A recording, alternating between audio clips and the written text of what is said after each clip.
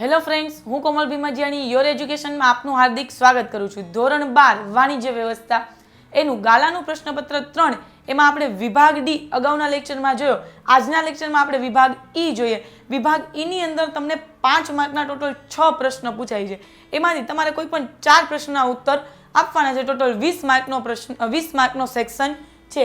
તો જોઈએ આપણે શું છે 60મો પ્રશ્ન. તો કે 60મો પ્રશ્ન યોજનાના પ્રકાર સમજાવો. ચેપ્ટર 3 નો આયોજન આપ્યું છે ને, એમાં યોજનાના પ્રકાર. આ પ્રશ્ન બહુ ઓછી વાર એક્ઝામમાં પૂછાયેલો છે. કદાચ ગાલાના પ્રશ્નપત્ર 6 માંથી એકાદા પેપરમાં જ છે, બાકી નથી પૂછાતો. એમાં 4 પ્રશ્ન વધારે પૂછાય છે. આયોજનની પ્રક્રિયા, આયોજનના તબક્કા, આયોજનના ઘટક અને આયોજનની લાક્ષણિકતા. આ 4 પ્રશ્ન વધારે પૂછાય છે, પણ ગાલામાં છે એટલે આપણે કરી લઈએ. આયોજનને વર્ગીકરણની સરળતા માટે વિવિધ યોજનાઓમાં શું કરવામાં આવ્યું છે? વેચવામાં આવ્યું છે. આમ આયોજનની યોજનાને મુખ્યત્વે 6 ભાગમાં વેચવામાં આવી છે. એમાં જોઈએ પહેલી જ યોજના કઈ છે તો કે કાયમી યોજના. કાયમી યોજના વારંવાર ઉપયોગમાં લઈ શકાય છે.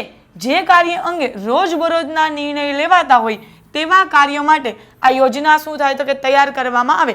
રોજબરોજના જે પણ ધંધાકીય એકમની અંદર કાર્ય હોય એના માટે કઈ યોજના કામની છે તો કે કાયમી યોજના. જ્યાં વ્યવસ્થાકીય પ્રવૃત્તિઓનું પુનરાવર્તન થતું હોય ત્યાં તે પ્રવૃત્તિઓ શું કરવા? ઝડપી થાય અથવા ઝડપી બનાવવા તે ઉદ્દેશથી પ્રમાણિત નીતિ નક્કી કરવામાં આવે એને જ શું કહેવાય તો કે કાયમી યોજના કહેવાય. આગળ જોઈએ આયોજનમાં નીતિ, વિધિ, નિયમ લાંબા ગાળા માટે શું થાય છે તો કે નક્કી થાય છે. નીતિ નિયમ એ શું છે તો કે આયોજનનું ઘટક છે, એનો પોઈન્ટ છે. જેથી આ ઘટકો સાથે સંકળાયેલી બાબતો અંગે તાબેદારો કર્મચારીઓથી શું થાય? ઝડપથી નિર્ણય લઈ શકે છે. દાખલા તરીકે જોઈએ તો ગ્રાહકને તેના ઓર્ડર પ્રમાણે માલ મોકલવા અંગેની વિધિ કે શાખ નીતિનું શું થાય? શાખ નીતિ એટલે ઉધાર માલનું વેચાણ. તો કે શાખ નીતિ અગાઉથી કાયમી ધોરણે ઘડતર કરવામાં આવ્યું હોય તો તેનો અમલ કર્મચારી શું કરી શકે તો કે ઝડપથી કરી શકે છે. ગ્રાહકને જે પણ ઓર્ડર મુજબ માલ મોકલવાનો છે એના અંગેની વિધિ, એને શાખ ઉપર માલનું વેચાણ કરવાનું હોય, ઉધાર માલનું વેચાણ, તો એની નીતિ શું છે? જો એ અગાઉથી જ નક્કી કરી નાખવામાં આવેલી હોય તો શું થાય તો કે કર્મચારીને નિર્ણય લેવો સરળ બને અથવા ઝડપથી કરી શકે. ત્યાર પછીની બીજી યોજના છે વ્યૂહાત્મક યોજના. તો કે ધંધાકીય એકમ તેમની ફિલોસોફી અનુસાર શું કરે તો કે ધ્યેય નક્કી કરે છે. આ માટે એકમ પોતાના જીવનકાળ દરમિયાન કઈ ફિલોસોફીથી કામ કરશે તે નક્કી કરવામાં આવે છે. એને શું કહેવાય તો કે વ્યૂહાત્મક યોજનામાં એનો સમાવેશ થાય. તેનું એકમનું જીવન ધ્યેય કહેવામાં આવે છે. એકમમાં ધ્યેયને સિદ્ધ કરવા માટે જે પણ ધ્યેય નક્કી કરેલો છે એનો પૂરો કરવા માટે વિવિધ લાંબા ગાળાની અને ટૂંકા ગાળાની શું થાય તો કે વ્યૂહાત્મક રચનાઓ ઘડવામાં આવે છે. આવી યોજનાઓને પાર પાડવા માટે દીર્ઘદ્રષ્ટિ અને અનુભવની જરૂર હોય. જેટલો વધુ અનુભવ એટલું જ સારું શું થાય તો કે એ માણસ એવા જ નિર્ણય લઈ અને પરિણામ મેળવી શકે. વ્યૂહાત્મક યોજનાની અસર શું થાય તો કે લાંબા ગાળે જોવા મળે છે. આ માટે સુસંગત એટલે અને અનુરૂપ હોય તેવા નિર્ણય લેવા પડે. એટલે કે નિર્ણયોની શું થાય? વ્યાપકતા આ યોજનામાં શું છે? મહત્વની છે. કઈ યોજનામાં તો કે વ્યૂહાત્મક યોજનામાં. સુનિયોજિત યોજના તો કે કોને કહેવાય સુનિયોજિત યોજના? આ 2 માર્કમાં પણ પ્રશ્ન પૂછાય છે, 1 માર્કમાં પણ પ્રશ્ન પૂછાય છે. સુનિયોજિત યોજના એટલે શું તો કે ધંધાકીય એકમના નક્કી કરેલા ધ્યેયને સિદ્ધ કરવા માટે કોઈ પણ ધંધાકીય એકમ છે એને જે નક્કી કરેલો ધ્યેય છે એને પૂરો કરવા માટે, સફળ બનાવવા માટે મધ્ય સપાટીએથી ટૂંકા ગાળાની જે યોજનાનું ઘડતર કરવામાં આવે તેને શું કહેવાય તો કે સુનિયોજિત યોજના તરીકે ઓળખવામાં આવે છે. આ યોજના 1 વર્ષ કે તેથી ઓછા સમય ગાળા માટે ઘડવામાં આવે. આ યોજના ટૂંકા ગાળાના ધ્યેયનું સ્પષ્ટીકરણ કરતી હોવાથી એકમની પ્રવૃત્તિ શું થાય તો કે હેતુલક્ષી બને. તેને જ શું થાય તો કે સુનિયોજિત રીતે કરી શકાય. કયા વિભાગીય વડાઓ અને કર્મચારી પાસેથી કયા કાર્ય કરાવવાના છે તે શું થાય છે તો કે સ્પષ્ટ બને છે. કઈ યોજના દ્વારા તો કે સુનિયોજિત યોજના દ્વારા. આ યોજના ઘડવા માટે વિશિષ્ટ જ્ઞાન અને કૌશલ્યની જરૂર છે. ત્યાર પછીનું છે કાર્યકારી યોજના. તો કે ધંધાકીય એકમના વિભાગો, કાર્ય જૂથો અલગ અલગ, કોઈ પણ ધંધાદારી એકમ છે તો અલગ અલગ વિભાગ હોવાના. ખરીદી વિભાગ, વેચાણ વિભાગ, નાણાકીય વિભાગ, હિસાબ વિભાગ, દરેકે દરેક વિભાગો એની અંદર કાર્ય કરતા કર્મચારીનું જૂથ એટલે કે કાર્ય જૂથો અને વ્યક્તિઓ પાસેથી કાર્ય સંબંધિત જે પણ કાર્ય કરે છે એ કાર્ય સંબંધિત અપેક્ષિત પરિણામ મેળવવા માટે ઘડવામાં આવતી યોજનાને શું કહેવાય? કાર્યકારી યોજના કહેવાય. આવી યોજનાઓ મોટે ભાગે શું હોય તો કે એકાદ વર્ષ માટે એટલે કે ટૂંકા ગાળાની હોય છે. સુનિયોજિત યોજના પણ ટૂંકા ગાળાની હોય 1 વર્ષની, કાર્યકારી યોજના પણ ટૂંકા ગાળાની હોય 1 વર્ષની. એક્ઝામ્પલ તરીકે નક્કી કરેલ વાર્ષિક ઉત્પાદનના ધ્યેયને પહોંચી વળવા માસિક કે ત્રિમાસિક ઉત્પાદનની યોજના ઘડવામાં આવે. એના ઉપરથી આપણે નક્કી કરી શકીએ કે 1 મહિનાની અંદર 1 લાખનું વેચાણ થયું છે તો સરેરાશ વાર્ષિક 12 થી 13 લાખ રૂપિયાનું શું થઈ શકે? વેચાણ થઈ શકે. શું થાય? આંકડો જોઈ શકીએ. એમાં આગળ આવી યોજનાઓ વ્યૂહાત્મક યોજનાના અમલીકરણ માટે વિભાગીય વડાઓ દ્વારા શું કરવામાં આવે છે? તૈયાર કરવામાં આવે છે. જે વિભાગનો વડો અધિકારી હોય એના દ્વારા તૈયાર કરવામાં આવે છે. કાર્યકારી યોજના સુનિયોજિત યોજના જેવી જ છે. બંને કેવી છે? ટૂંકા ગાળાની છે. બંને 1 વર્ષ માટેની છે. આ યોજના રોજિંદા કાર્ય સાથે સંકળાયેલી હોવાથી જે તે વિભાગના કર્મચારીની સાથે શું કરવામાં આવે? કાર્ય પ્રત્યેની ચર્ચા વિચારણા કરવામાં આવે અને એના દ્વારા તૈયાર કરવામાં આવતું હોવાથી આ યોજનાનું અમલીકરણ શું થાય? પ્રમાણમાં વધુ સરળ બને. ત્યાર પછીની યોજના છે આકસ્મિક યોજના. આ યોજના આયોજનની યોજનાને ભાવિ પરિસ્થિતિ શું કરે? અનુસરે છે કે ભવિષ્યમાં કેવી કેવી મુશ્કેલીઓ સર્જાશે. ભાવિ પરિસ્થિતિ હંમેશા હોય શું હોય? અનિશ્ચિતતાથી ભરેલી હોય. શું થાય એનું કાંઈ નક્કી નહીં. ધંધાકીય એકમે બદલાતી જતી પરિસ્થિતિ સાથે શું કરવાનો હોય? તાલ મિલાવવો ખૂબ જ આવશ્યક હોય છે, જરૂરી હોય છે. એક્ઝામ્પલ તરીકે આગળ આપ્યું છે કે કેટલાક ચોક્કસ પરિબળો કયા કયા? તો કે રાજકીય, આર્થિક, સામાજિક કે કુદરતી પરિબળોના કારણે ધંધાકીય પર્યાવરણ પર શું થાય? ફેરફાર થાય. રાજકીય એટલે સરકારની નીતિ ફરે, આર્થિક સામાજિક કે કુદરતીઓના સામાજિક તો કે લોકોની ટેવ, અભિરુચિ ને પસંદગી બદલાય. એના સિવાય કુદરતી તો કે હોનારત થાય, પૂર આવે, ભૂકંપ થાય. આ દરેકના કારણે શું થાય? તો કે ધંધાકીય પર્યાવરણમાં ફેરફાર થાય છે અને તેના જ કારણે અગાઉની યોજનામાં ફેરફાર કરવો પડે અને નવી યોજના ઘડવામાં આવે તેને જ શું કહેવાય? તો કે આકસ્મિક યોજના કહેવાય. ત્યાર પછીનું છે છેલ્લું એક ઉપયોગી યોજના. તો કે વિશિષ્ટ હેતુઓની સિદ્ધિ માટે એક ઉપયોગી યોજના તૈયાર કરવામાં આવે છે. ખાસ પ્રવૃત્તિઓ માટે જ આ યોજના તૈયાર કરવામાં આવે છે. એટલે કે જે કાર્ય પ્રવૃત્તિઓનું પુનરાવર્તન થતું નથી, પુનરાવર્તન એટલે ફરીવાર આવતી નથી, જે કાર્ય પ્રવૃત્તિઓનું પુનરાવર્તન થતું નથી તેવી પ્રવૃત્તિ માટે એક ઉપયોગી યોજના તૈયાર કરવામાં આવે છે. ઓકે, એમાં આગળ આપ્યું છે કે દાખલા તરીકે વહાણ બાંધકામ હોય, મકાન બાંધકામ હોય, પેકેજિંગ હોય, પ્રિન્ટિંગ હોય વગેરે પ્રવૃત્તિમાં આ યોજના મહત્વનો ભાગ ભજવે છે. ટોટલ 6 યોજના છે. તમને 5 માર્કમાં પ્રશ્ન પૂછાય છે. 60મો પ્રશ્ન જોઈએ આપણે. 61મો પ્રશ્ન, કર્મચારી વ્યવસ્થાનો અર્થ આપી તેનું મહત્વ સમજાવો. તો કીધું છે કે જળ યંત્રોની માવજત ઉત્પાદનમાં વધારો કરી શકે તો ચેતન માનવીની સંભાળ શું ન કરી શકે? કોઈ પણ ધંધાકીય એકમ છે એના પાસે દરેક સાધનો હોય, જમીન, મૂડી, સાધનો, યંત્રો, દરેક વસ્તુ છે, પણ કર્મચારી જ નહીં હોય તો કોઈ પણ એકમ ટકી શકશે નહીં. કર્મચારી વ્યવસ્થા એટલે જ શું થયું? કર્મચારી સંચાલન. ધંધાની સફળતાનો આધાર શેના ઉપર રહેલો છે? તો કે કર્મચારીની શક્તિ અને એની વૃત્તિ એટલે કે એના વલણ ઉપર રહેલો છે. કર્મચારી વ્યવસ્થાએ એકમમાં કામ કરતા કર્મચારી સાથે શું કરે છે? સંબંધ ધરાવતી પ્રક્રિયા છે. કર્મચારી સંચાલન શેના સાથે સંબંધ ધરાવે છે? તો કર્મચારી વ્યવસ્થામાં એકમોમાં કામ કરતા જે કર્મચારી છે એના ઉપર. એટલા માટે કીધું છે કે કર્મચારી વિનાનું વ્યવસ્થા તંત્ર એ આત્મા વગરના શું છે? હાડપિંજર જેવું છે. કર્મચારી એ એકમનું જીવંત અંગ છે. એકમાત્ર કોઈ પણ જો મિલકત હોય શું છે? જીવંત તો કર્મચારી છે, જેની લાગણી છે, સ્વાભિમાન છે, જેને અલગ શું છે? આવડત અને હોશિયારી અને સમજ છે. તેથી યંત્રો કે કાચા માલની કક્ષામાં તેને મૂકી શકાય નહીં. એકમાત્ર અમૂલ્ય મિલકત કઈ છે કોઈ પણ ધંધાકીય એકમની? તો સૌથી પ્રથમ કઈ આવશે? તો કે કર્મચારી. તમને MCQમાં પૂછાય છે. એમાં મહત્વમાં પહેલો જ પોઈન્ટ છે ચાલક બળ. તો કે કર્મચારી એકમનું ચાલક બળ છે યંત્ર અને કાચા માલ હોય પરંતુ કુશળ કર્મચારી હોય તો જ શું થાય, ધ્યેય સિદ્ધિ શક્ય બને. કોઈ પણ ધંધાદારી એકમ છે, યંત્ર છે, કાચો માલ છે, પૂર્તિ રોકવા માટે મૂડી છે, દરેક વસ્તુ છે, પણ જો કુશળ કર્મચારી જ નહીં હોય તો કોઈ પણ ધ્યેય સિદ્ધિ શક્ય બનશે નહીં. પછી અહીં પૂછે પ્રવૃત્તિ ગતિશીલ રાખી શકાય, તો કે કર્મચારી વ્યવસ્થા એકમની પ્રવૃત્તિઓને શું કરે, ગતિશીલ બનાવે, સતત ચાલુ રાખે. કાચો માલ ખરીદવો, તેને ઉત્પાદન પ્રવૃત્તિમાં ગોઠવવો, માલનું વેચાણ કરવું, ઉઘરાણી વસૂલ કરવી, જે પણ માલ શાખ ઉપર ઉધાર માલનું વેચાણ કર્યું છે એની ઉઘરાણી વસૂલ કરવી વગેરે કાર્ય કર્મચારી દ્વારા જ થઈ શકે. આથી એકમની શું છે, એ અમૂલ્ય મિલકત છે. ત્યાર પછી પ્રવૃત્તિનો ખ્યાલ. એક નિષ્ણાંત જણાવે છે કે તમે તમારા કર્મચારીનો ખ્યાલ કરો, તેઓ બાકીની બધી જ બાબતો તમારો શું કરશે, ખ્યાલ રાખશે. આવું પ્રોફેસર ઉર્વિકે કીધું છે. કોણે કીધું છે? પ્રોફેસર ઉર્વિકે. તમે તમારા કર્મચારી કે તમે તમારા માણસોને સાચવો, એ તમારું તમામ શું કરશે, તો કે કામ સાચવી લેશે.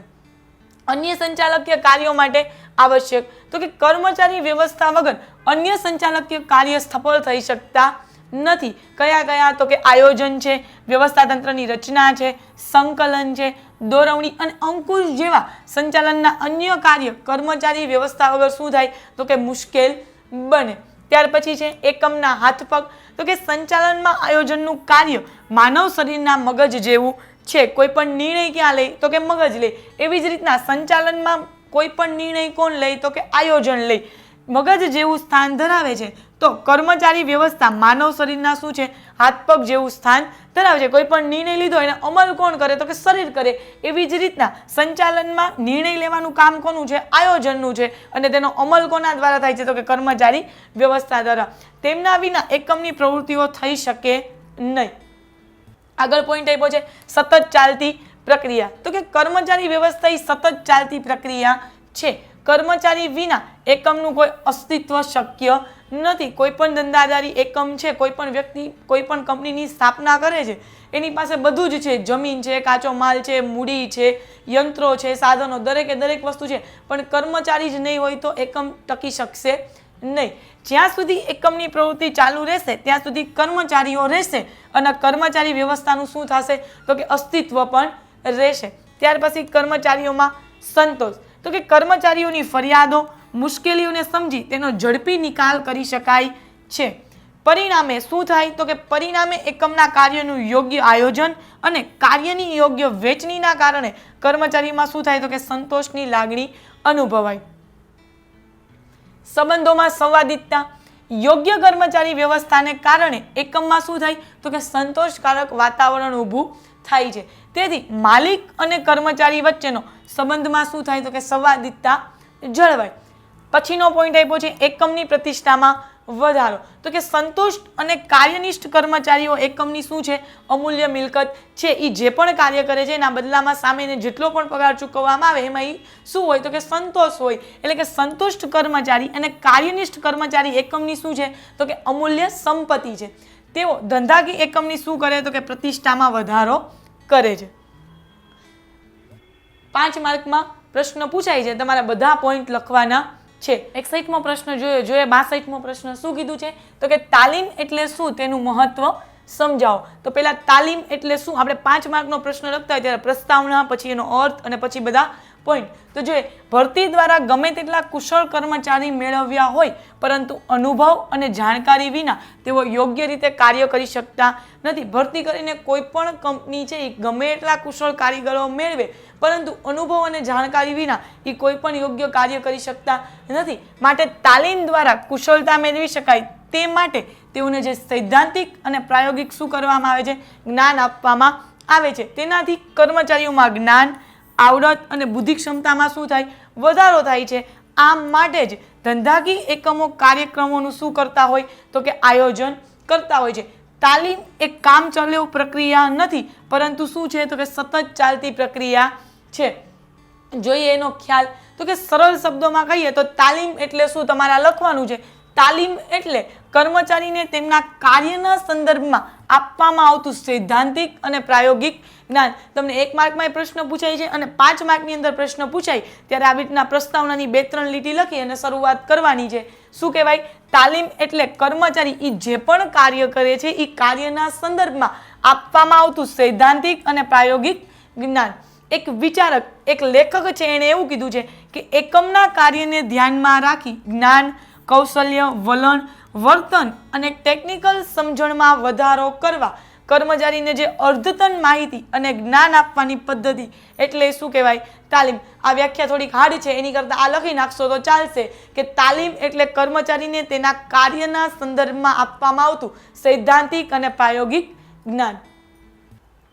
તાલીમ એટલે કોઈ ખાસ ધંધાકીય કાર્યમાં કુશળતા મેળવવાના હેતુથી આપવામાં આવતું જ્ઞાન અને શિક્ષણ, એને પણ શું કહેવાય? તો કે તાલીમ જ કહેવાય. એમાં જોઈએ મહત્વમાં પહેલો જ પોઈન્ટ છે આધુનિક જાણકારી. તો કે ઔદ્યોગિક જગતમાં, ઉદ્યોગ ધંધાના ક્ષેત્રમાં નવા સંશોધનો તથા ટેકનિકલ જ્ઞાનની સ્થિતિ જો શું થાય છે? વિસ્તરતી જાય. સ્થિતિજો એટલે વિસ્તારો, વિસ્તરતી જાય છે.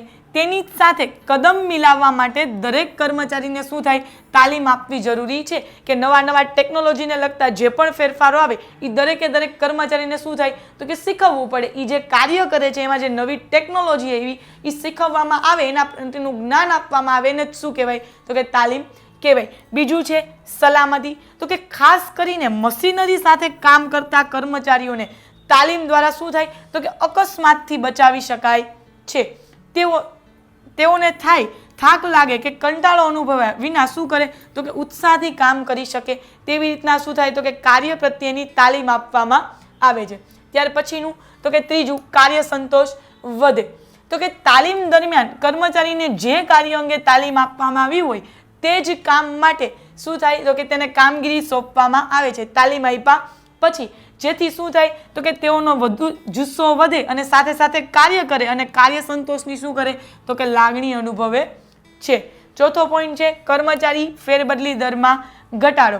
કર્મચારીઓને તાલીમ આપી તેમના જ્ઞાન અને કૌશલ્યમાં વધારો કરી શું કરવામાં આવે? તો કે બઢતી માટે તૈયાર કરવામાં આવે. એ જે હોદ્દાઓ પર છે એના કરતાં ઉપરનો હોદ્દો આપવામાં, એટલે કે બઢતી માટે તૈયાર કરી શકાય અને તાલીમ પામેલ કર્મચારી વધુ કાર્યદક્ષ એટલે કે વધુને વધુ કાર્ય કરે એના માટે શું થાય? તો કે વધુ આર્થિક લાભ મળે છે અને તેના જ કારણે શું થાય? તો કે નોકરી બદલવાનો વિચાર ઓછો કરે અને એના માટે શું થાય? તો કે કર્મચારી ફેરબદલી દરમાં ઘટાડો થાય.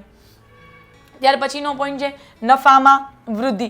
તાલીમ દ્વારા ઉત્પાદન અને ઉત્પાદકતામાં વધારો કરી શકાય છે. શું કામ? તો નવી ટેકનોલોજી એવી કર્મચારીને શીખવાડવામાં આવ્યું, નવી રીતે વસ્તુનું ઉત્પાદન થશે, વધુ થાય. એના જ કારણે શું થાય? ઉત્પાદકતામાં વધારો થયો એટલું સામે વેચાણ વધશે અને વેચાણ વધવાથી શું થશે? તો કે નફો વધશે. તેથી વસ્તુની પડતર કિંમત ઘટે જેના કારણે પણ શું થાય? તો કે નફામાં વૃદ્ધિ થાય છે. ત્યાર પછીનો પોઈન્ટ ખર્ચમાં ઘટાડો. તાલીમને કારણે કર્મચારીઓની કાર્યદક્ષતામાં શું થાય? વધારો થતા ઉત્પાદન વધે છે અને કાચા માલનો બગાડ શું થાય? તો કે બગાડમાં ઘટાડો થાય. કાચા માલના બગાડમાં ઘટાડો થાય એટલે શું થાય? તો કે ખર્ચમાં ઘટાડો થાય. નિરીક્ષણ ખર્ચમાં પણ ઘટાડો થાય. સાથે સાથે પરિણામે શું થાય? તો કે કુલ ખર્ચમાં ઘટાડો થાય છે. શેના કારણે? તો કે તાલીમના કારણે. સાતમું આપ્યું છે કર્મચારીઓનો વિકાસ. તાલીમને કારણે કર્મચારીઓમાં જ્ઞાન, આવડત, હોશિયારી અને કૌશલ્યોમાં વધારો થાય છે અને તેથી તેઓને શું થાય? તો કે વ્યક્તિગત એનો વિકાસ થાય છે. આઠમો પોઈન્ટ છે અન્ય લાભ. તાલીમને કારણે વસ્તુની ગુણવત્તા વધતા એકમની શું થાય? પ્રતિષ્ઠા વધે. એ લોકો જે પણ ચીજ વસ્તુનું ઉત્પાદન કરે છે કર્મચારીને તાલીમ આપે એના કારણે વધુ સારું થાય અને એના જ કારણે શું થાય? તો કે એકમની પ્રતિષ્ઠા વધે અને કર્મચારીઓમાં માનસિક તણાવ ઘટે છે અને એકમમાં શું થાય? તો કે સહકાર ભર્યું વાતાવરણ ઊભું થાય છે. કર્મચારીઓમાં પ્રામાણિકતા, નિષ્ઠા અને વફાદારીમાં પણ સાથે સાથે શું થાય? વધારો થાય છે. આમ મોટા એકમો તાલીમ માટે અલગ અલગ વિભાગ અને યોગ્ય તાલીમી અધિકારી રાખે છે જ્યાં નવા કામદારોને શું થાય? તો કે તાલીમ આપવામાં આવે. જેમાં કાચા માલનો બગાડ થાય છે અને તાલીમાર્થીને શું થાય? તો કે સતત મોટિવેશન આપતું રહેવું પડે છે. એના જ કારણે તાલીમનું કાર્ય કેવું છે? તો કે ખર્ચાળ છે. તાલીમનું કાર્ય ખર્ચાળ ભલે રહ્યું પણ એના સાથે શું થાય? તો કે ફેરબદલી દર ઘટે છે, ખર્ચમાં ઘટાડો થાય છે, નફામાં વૃદ્ધિ થાય છે. એટલે સરવાળે કોઈ પણ એકમને શું થાય? તો કે છેલ્લે નફો જ થાય. ટોટલ 8 પોઈન્ટ લખવાના છે. 5 માર્કનો પ્રશ્ન આ પ્રશ્ન પૂછાય જ છે. 62મો પ્રશ્ન જોઈએ 63મો પ્રશ્ન કે વૈદિક વ્યવસ્થા તંત્ર અને અવૈદિક વ્યવસ્થા તંત્રનું શું કરવાનું છે? તફાવત જણાવો. તો કે વૈદિક અને અવૈદિક વ્યવસ્થા તંત્ર. તો સૌપ્રથમ રચના, કે વૈદિક વ્યવસ્થા તંત્રની રચના કેમ થાય છે અને અવૈદિક વ્યવસ્થા તંત્રની રચના કેમ થાય છે. તો કે કંપનીના સંચાલક દ્વારા વિધિસર અને હેતુસર રચના, વિધિ દ્વારા કે એક તબક્કા પછી બીજો, બીજા પછી ત્રીજો, એમ ક્રમ અનુસાર. અને બીજું તો કે હેતુસર રચના થાય એટલે કે સભાનતાપૂર્વક સ્થપાય, તેને શું કહેવાય તો કે વૈદિક વ્યવસ્થા તંત્ર કહેવાય. કે આયોજન થયું, પછી વ્યવસ્થા તંત્ર ગોઠવાય, પછી કર્મચારી વ્યવસ્થા ગોઠવાય, દોરવણી આપવામાં આવે, માર્ગદર્શન, એ શું થયું તો કે વિધિસર રીતે, હેતુસર રીતે જે સભાનતાપૂર્વક સ્થપાય એ વૈદિક વ્યવસ્થા તંત્ર. અવૈદિક વ્યવસ્થા તંત્ર કોને કહેવાય તો કે કર્મચારી વચ્ચેના સામાજિક સંબંધોને કારણે જૂથ રચના થાય એટલે કે આપોઆપ જ શું થાય તો સ્થપાય. સામાજિક સંબંધો, માનવીય ધોરણે મિત્રતાના સંબંધો છે, કોઈ પણ કંપની અંદર કામ કરતા કર્મચારી વચ્ચે આ જૂથ રચના જે રચાય એને જ શું કહેવાય તો કે અવૈદિક વ્યવસ્થા તંત્ર. વૈદિક વ્યવસ્થા તંત્રનો હેતુ શું છે તો કે એકમના નિર્ધારિત ધ્યેયોને પાર પાડવાનો છે. શેના માટે સ્થપાય છે તો કે એકમનો નિર્ધારિત નક્કી કરેલો ધ્યેય છે એને પૂર્ણ કરવા માટે. જ્યારે અવૈદિક વ્યવસ્થા તંત્ર તો કે કર્મચારીની સામાજિક અને સાંસ્કૃતિક જરૂરિયાતોને સંતોષવાના હેતુથી શું થાય તો કે અવૈદિક વ્યવસ્થા તંત્રની સ્થાપના થાય. એનું સભ્યપદ તો કે અવૈદિક વ્યવસ્થા તંત્રમાં સંચાલકો દ્વારા સભ્યનું પદ અને સત્તા નિશ્ચિત થાય છે. જ્યારે અવૈદિક વ્યવસ્થા તંત્રમાં તો કે જૂથો દ્વારા સંમતિથી શું કરે તો કે સભ્યપદ નક્કી કરી નાખે, કેમ કે એ મિત્રતાના સંબંધ ઉપર આખું રચાયેલું માળખું છે. સત્તા તો કે સંસ્થાગત સત્તા હોય છે જે ક્રમશઃ શું હોય તો કે નિમ્ન સપાટી તરફ જાય છે. જ્યારે અવૈદિક વ્યવસ્થા તંત્રમાં તો કે સત્તા વ્યક્તિગત હોય, પોતાના રીતે અને પોતાના પૂરતી, જે શું થાય તો કે જૂથ દ્વારા અપાય છે, જે જૂથમાં કામ કરતા હોય એના દ્વારા અપાય છે. સ્થિરતા તો કે વૈદિક વ્યવસ્થા તંત્રનું માળખું સ્થિર હોય છે, જેમાં પરિવર્તનશીલતાને નહિવત સ્થાન હોય છે. હોય પણ નહિવત એટલે કેવું બહુ ઓછું, સામાન્ય. અવૈદિક વ્યવસ્થા તંત્રનું માળખું અનિશ્ચિત હોય છે, જે શું થાય તો કે જે વારંવાર બદલાવાની શક્યતા રહી છે, કેમ કે મિત્રતાના ધોરણે કાર્ય થતું હોય. આજે એક વ્યક્તિ ન કર્યું હોય તેની જગ્યાએ બીજું કરી નાખે. શું છે તો કે મિત્રતાના ધોરણે સ્થપાયેલું છે એટલા માટે. માહિતી સંચાર તો કે વૈદિક વ્યવસ્થા તંત્રમાં માહિતી સંચાર તેનો માર્ગ નક્કી હોય છે, જ્યારે અવૈદિક વ્યવસ્થા તંત્રમાં અનુકૂળ અને અવૈદિક માહિતી સંચાર જોવા મળે છે. અંકુશ તો કે વૈદિક વ્યવસ્થા તંત્રની અંદર નિયમ કે ભંગ કે બેદરકારી બદલ શું થાય તો કે શિક્ષાની જોગવાઈ થાય છે. જે સત્તા, જે જવાબદારી આપી છે, જે કાર્ય આપ્યું છે એમાં બેદરકાર રહે, કોઈ પણ પ્રકારની ભૂલ કરે, નિયમનો ભંગ કરે તો શિક્ષાની જોગવાઈ છે. જ્યારે અવૈદિક વ્યવસ્થા તંત્રમાં જૂથના સભ્યો પોતાને અનુકૂળ હોય એવું મૂલ્યાંકન કરી અને શું કરે, શિસ્તની ગેરહાજરી કરે છે. વૈદિક વ્યવસ્થા તંત્ર અને અવૈદિક વ્યવસ્થા તંત્રમાં છેલ્લો પોઈન્ટ સ્વાતંત્ર્ય, એટલે કે વૈદિક વ્યવસ્થા તંત્રનું માળખું શું છે તો કે સ્વતંત્ર છે, જ્યારે અવૈદિક વ્યવસ્થા તંત્રનું માળખું વૈદિક વ્યવસ્થા તંત્ર ઉપર શું હોય આધારિત હોય, કેમ કે જ્યાં વૈદિક વ્યવસ્થા તંત્રની રચના થાય તે એમાં જ શું થાય તો કે અવૈદિક વ્યવસ્થા તંત્ર રચાય. આટલા પોઈન્ટ છે. તમને 5 માર્કની અંદર પ્રશ્ન પૂછાય છે, તમારે શું કરવાનું છે 5 પોઈન્ટ લખી નાખવાના છે. મેં તમને 7 પોઈન્ટ સમજાવી દીધા છે, 7 થી 8 પોઈન્ટ. તમારે 5 માર્કમાં પ્રશ્ન પૂછાય છે, તમે 5 પોઈન્ટ લખશો એટલે 5 માર્ક મળશે. 64મો પ્રશ્ન જોઈ, દોરવણીનું મહત્વ સમજાવો. તો એમાં અર્થ, દોરવણી એટલે શું તો કે સામાન્ય અર્થમાં કહીએ તો દોરવણી એટલે કર્મચારીને માર્ગદર્શન આપવું. શું થાય? કર્મચારીને માર્ગદર્શન આપવું, તેમને કામગીરીથી વાકેફ કરવા, એમને જે કાર્ય કરવાનું છે એનાથી એને વાકેફ કરવા, તેમના ઉપર દેખરેખ રાખવી અને તેમનો કાર્ય જુસ્સો ટકાવી રાખવો, એને જ શું કહેવાય તો કે દોરવણી કહેવાય.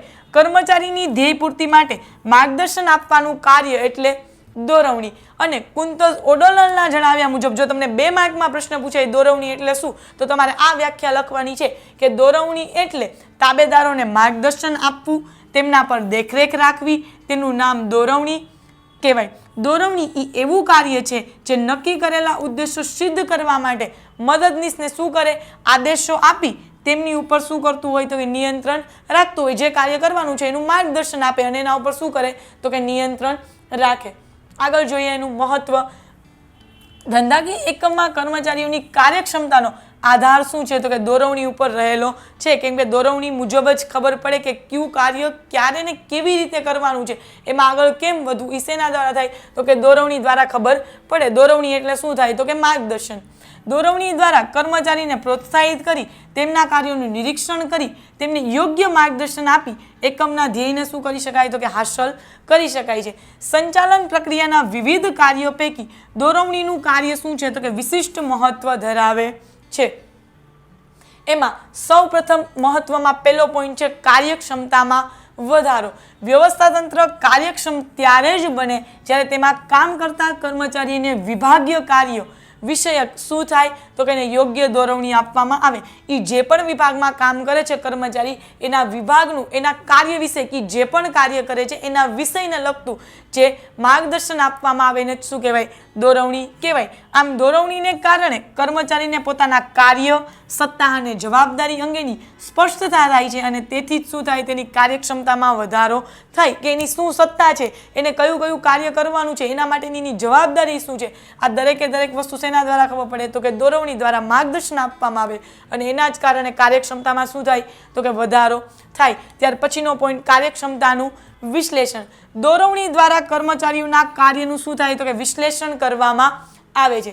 તેમના કાર્યનું મૂલ્યાંકન પણ કરવામાં આવે. જે પણ કાર્ય કર્યું છે એનું મૂલ્યાંકન કરવામાં આવે અને દોરવણી પ્રમાણે કર્મચારીએ કાર્ય કર્યું છે કે નહીં તે કેટલા પ્રમાણમાં કાર્ય કર્યું હશે તેની કાર્યક્ષમતા કેટલી વધી વગેરે બાબતોનું વિશ્લેષણ અને મૂલ્યાંકન થઈ શકે છે. એટલા માટે જ કીધું કે કાર્યક્ષમતાનું વિશ્લેષણ દોરવણી દ્વારા શું થાય તો કે જે પ્રમાણે એને કાર્ય કરવામાં આપ્યું હતું એ કાર્ય કર્યું છે કે નહીં કેવી રીતે કર્યું છે કેટલા પ્રમાણમાં કાર્ય થયું છે તેની શું થાય તો કે વગેરે બાબતો આપણે વિશ્લેષણ કરી શકીએ એટલે કે અલગ અલગ તારવી શકીએ અને એનું મૂલ્યાંકન પણ થઈ શકે છે.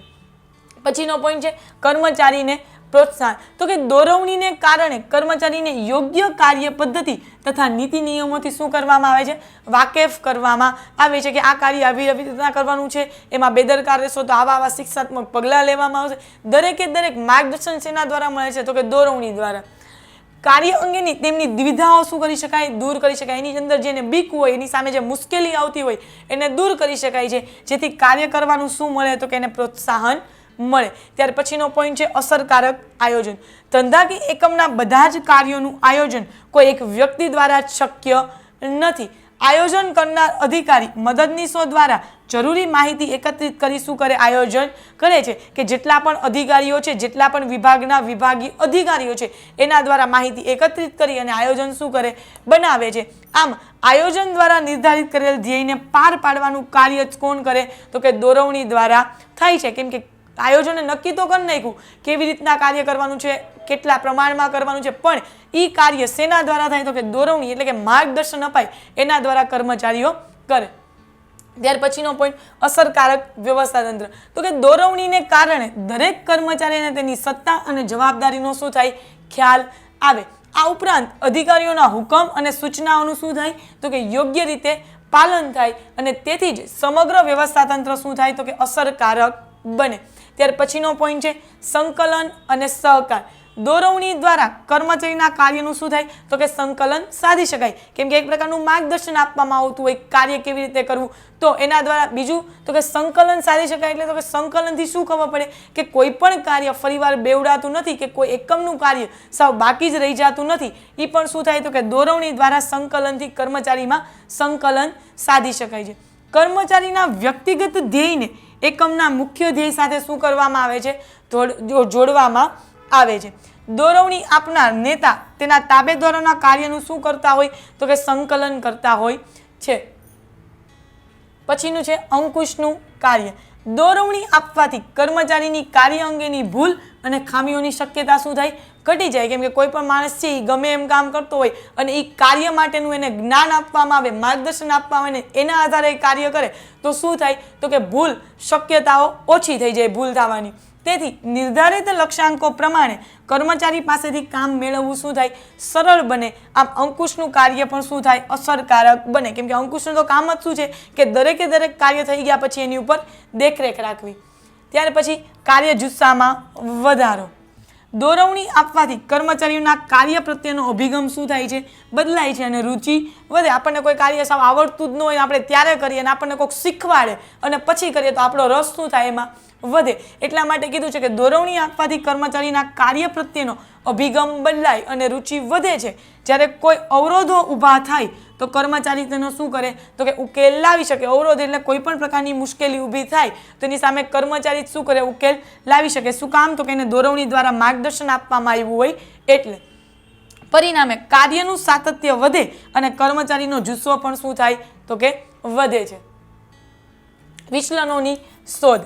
નિર્ધારિત ધ્યેય પ્રમાણે જ કાર્ય થાય છે કે નહીં તેનું દોરવણી દ્વારા શું થાય તો કે નિરીક્ષણ થાય. એટલે એનો ચકાસવામાં આવે, એની ઉપર દેખરેખ રાખવામાં આવે, જેથી અનિચ્છનીય વિચલનો એટલે મુશ્કેલીઓ જે જોયેલી જ નહોતી, અનિચ્છનીય વિચલનો પ્રાથમિક તબક્કામાં જ શું થાય છે તો કે શોધી શકાય છે. અને પ્રાથમિક તબક્કામાં જ એ વિચલનો એટલે એ મુશ્કેલીઓનો યોગ્ય પગલાં લઈ શું કરવામાં આવે તો કે નિયંત્રિત કરી શકાય છે. દોરવણીનું અર્થ આપી એનું મહત્વ સમજાવો. એમાં ટોટલ આટલા પોઈન્ટ છે વિચલનની શોધ સુધી. ત્યાર પછી 65મો પ્રશ્ન છે કે ગ્રાહક સુરક્ષાના કાયદા મુજબ ગ્રાહકોને મળવાપાત્ર રાહત સમજાવો. 5 માર્કની અંદર મોસ્ટ ટાઈમ પૂછાય છે એક્ઝામમાં. એક ધંધાના દ્રષ્ટિકોણથી વાળો પ્રશ્ન અને ગ્રાહક સુરક્ષાની જવાબદારી. આ ત્રણમાંથી કોઈ એક પ્રશ્ન હોય જ છે. ગ્રાહક સુરક્ષાના કાયદા મુજબ ગ્રાહકને મળવાપાત્ર રાહત જણાવો. જો ગ્રાહક અદાલત ફરિયાદ કરવી સ્વીકારે તો ફરિયાદની તરફેણમાં નીચે દર્શાવેલી શું થાય તો કે રાહતો પૈકી અથવા એક કરતાં વધુ શું થાય તો કે લાભ આપી શકે છે. એમાં પેલું જ વસ્તુમાં કે સેવામાં રહેલી ખામીને દૂર કરવા હુકમ કરી શકે. શું કીધું? ગ્રાહક સુરક્ષાનો કાયદો એ ગ્રાહકને મળવાપાત્ર કઈ કઈ રાહતો આવે છે તો કે વસ્તુ કે સેવામાં રહેલી ખામીને દૂર કરવા હુકમ કરી શકે. તો બીજું વસ્તુ કે સેવા માટે ચૂકવાયેલી રકમ પરત કરવા આદેશ કરે તો પાછી આપવા માટે. જો ખામી ભરેલી વસ્તુ હોય અથવા કીધીથી એના કરતાં ઓછી ગુણવત્તાવાળી હોય ત્યારે શું કરે તો કે રકમ પરત કરવા આદેશ કરી શકે. ત્રીજું ખામીયુક્ત વસ્તુને ખામી રહિત નવી વસ્તુથી બદલાવી શકે. કે ખરાબ વસ્તુ અપાઈ ગઈ છે અથવા આપી દીધી છે તો એની સામે શું થાય તો કે ખરાબ વસ્તુ કોઈ દુકાનદાર પાછી લઈ અને સામે સારી વસ્તુ આપે. એટલે કે ખામીયુક્ત વસ્તુને ખામી રહિત નવી વસ્તુથી બદલાવી શકે છે.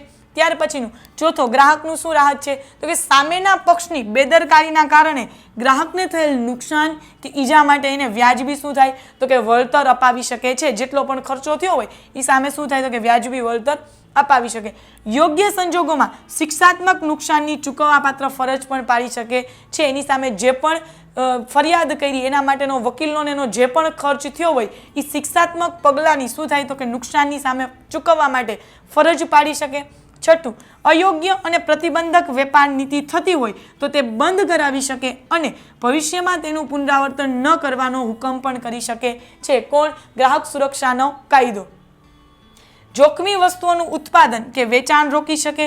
અને 8મું છે કે જોખમી વસ્તુઓ વેચાણ માટે શું કરે તો કે રજૂ થતી જ રોકી શકે છે. કે એને વેચાણ માટે મૂકવામાં જ ન આવે એની પહેલાં જ એને શું થાય તો કે રોકવામાં આવે. ટોટલ 8 પોઈન્ટ છે. 5 માર્કમાં તમને પ્રશ્ન પૂછાય તમારે 7 થી 8 8 લખી નાખવાના છે. ઓકે. વિભાગ ઈની અંદર તમને 60 થી લઈ 65 સુધી પ્રશ્ન પૂછાય છે. ટોટલ 6 પ્રશ્ન, એમાંથી કોઈ પણ 4 લખવાના છે એટલે 20 માર્ક પૂરા. આજના લેક્ચરમાં અહીંયા સુધી જ રાખીશું. નેક્સ્ટ લેક્ચરમાં એક નવા જ વિડીયો સાથે મળીશું. ત્યાં સુધી જય હિન્દ, જય ભારત.